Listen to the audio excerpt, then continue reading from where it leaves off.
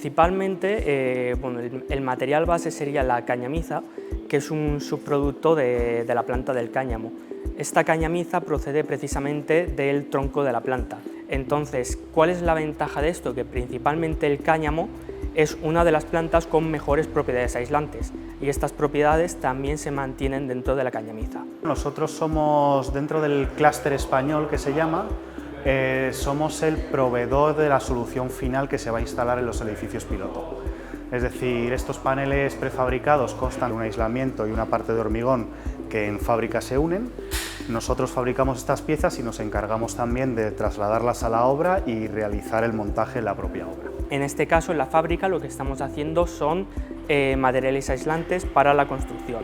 Estos paneles realmente tendrían salida tanto para edificios de nueva construcción como para rehabilitaciones de edificios antiguos. Tendríamos los dos casos. Además, pienso que es importante que la industria esté cerca de la universidad para que no se desvíen del camino de la realidad industrial. Y yo lo veo muy positivo para ambas partes, porque la industria crece, aprende y está en el estado del arte, y porque la universidad tiene motivaciones para seguir investigando y además investiga cosas que tienen aplicaciones reales. Con este proyecto lo primero que estamos realizando es validar la fabricación industrial a partir de la planta piloto, y luego además estos paneles los introduciremos en un edificio en Sant Boix, en Barcelona, para verificar su viabilidad técnica en proyectos de rehabilitación.